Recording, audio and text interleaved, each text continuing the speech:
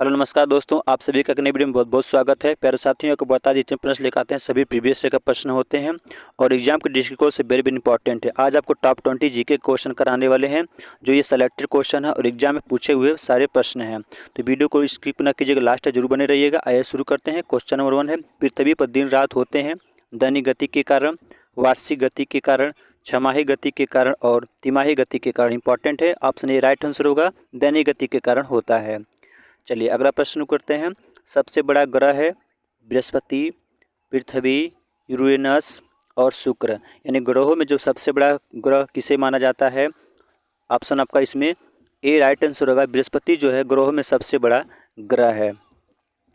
अगला प्रश्न है, जो सबसे छोटा ग्रह है, इंपॉर्टेंट है, नोट कीजिएगा, मंगल, शनि, बुध, नेपच्यून। यानी ग्रहों में जो सबसे छोटा ग्रह कौन सा माना जाता है जो सूर्य के काफ़ी नज़दीक होता है? इंपॉर्टेंट है, नोट कीजिएगा। तो ऑप्शन इसमें आपका सी राइट आंसर, बुध ग्रह जो है ग्रहों में सबसे छोटा ग्रह है। अगला प्रश्न है, अगुलहास धारा किस महासागर सागर में बनती है? प्रशांत महासागर में, हिंद महासागर में, आर्कटिक महासागर में और अन्य।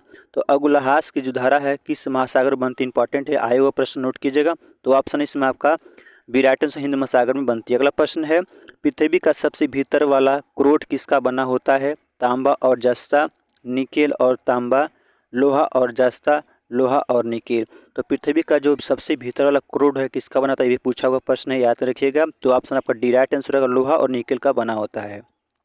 अगला प्रश्न है, मैग्नीज उत्पादन में भारत का दूसरा स्थान है, प्रथम देश कौन सा है? ये भी इंपॉर्टेंट है, नोट कीजिएगा, फ्रांस, रूसी संघ, कनाडा और संयुक्त राज्य अमेरिका। वेरी वेरी इंपॉर्टेंट दोस्तों, इसको नोट जरूर कीजिएगा। तो ऑप्शन आपका बी राइट आंसर होगा, रूसी संघ है। अगला प्रश्न है, निम्नलिखित में से कौन से देश कोयले का सबसे बड़ा उत्पादक है?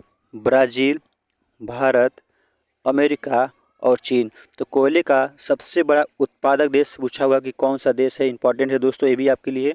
तो ऑप्शन आपका सी राइट आंसर होगा, अमेरिका जो है कोयले का सबसे बड़ा उत्पादक देश है। अगला प्रश्न है, इनमें किसको जापान का मैनचेस्टर कहा जाता है? ओसाका, टोक्यो, नागासाकी और याकोहामा। तो इनमें जापान का मैनचेस्टर किसको कहा जाता है? वेरी वेरी इंपॉर्टेंट है दोस्तों, नोट कीजिएगा। तो ऑप्शन इसमें आपका ए राइट आंसर होगा, ओसाका को जापान का मैनचेस्टर कहा जाता है।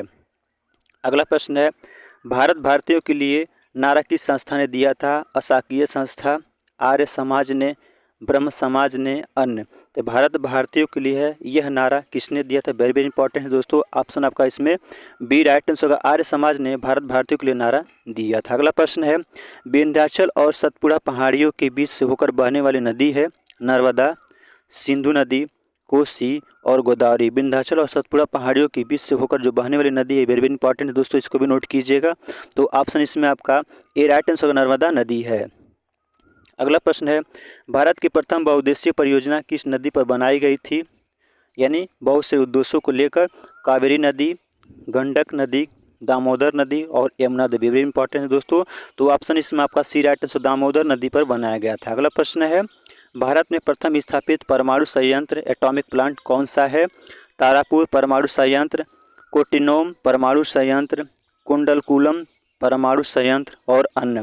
तो भारत में प्रथम स्थापित परमाणु संयंत्र कौन सा है? तो ऑप्शन इसमें आपका ए राइट आंसर होगा, तारापुर परमाणु संयंत्र। अगला प्रश्न है, यूनाइटेड किंगडम में शामिल है इंग्लैंड तथा उत्तरी आयरलैंड तथा वेल्स, स्कॉटलैंड तथा वेल्स। वेरी वेरी इंपॉर्टेंट है दोस्तों, क्योंकि बहुत सारे लोग यूनाइटेड किंगडम में कौन कौन से देश शामिल कंफ्यूज होते हैं। तो याद रखिएगा, ऑप्शन आपका इसमें डी राइट आंसर ए और सी दोनों है। अगला प्रश्न है, आगरा शहर को किसने बसाया था? वेरी वेरी इंपॉर्टेंट दोस्तों, बहुत इंपॉर्टेंट है। सिकंदर लोदी, अकबर, बहलोल लोदी और शाहजहां। मतलब जो हमारे वर्तमान में आगरा शहर है, ये किसने बसाया था? इंपॉर्टेंट है। तो ऑप्शन आपका ए राइट आंसर होगा, सिकंदर लोदी ने इसे बसाया था। अगला प्रश्न है, राष्ट्रपति प्रतीक निचले भाग में उत्कीर्ण शब्द सप्तमे जयते किस संदर्भ से लिए गए हैं? वेरी वेरी इंपॉर्टेंट है, पूछता भी क्वेश्चन, यूपीपी का एसएससी जी दोनों पूछा हुआ प्रश्न, याद रखेंगे।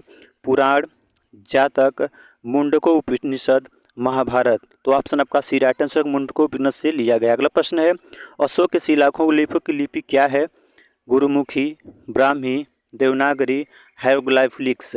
तो अशोक के जो शिलालेख हैं वो किस लिपि में लिखा हुआ है, ये पूछा हुआ प्रश्न है। तो याद रखेंगे, ऑप्शन आपका बी राइट आंसर है, ब्राह्मी लिपि में लिखा हुआ है। अगला प्रश्न है, बिहू निम्नलिखित में किसका लोकप्रिय उत्सव है? असम, उड़ीसा, बिहार और बंगाल। तो आप जानते ही होंगे कि बिहू जो उत्सव है वो किस राज्य का उत्सव है। वेरी वेरी इंपॉर्टेंट है, क्योंकि ये एग्जाम में बार बार पूछा प्रश्न, याद रखेंगे। ऑप्शन ए राइट आंसर होगा, असम का लोकप्रिय जो है नृत्य बिहू। अगला प्रश्न है, महात्मा गांधी को राष्ट्रपिता के रूप में उल्लेख सबसे पहले किसने किया था?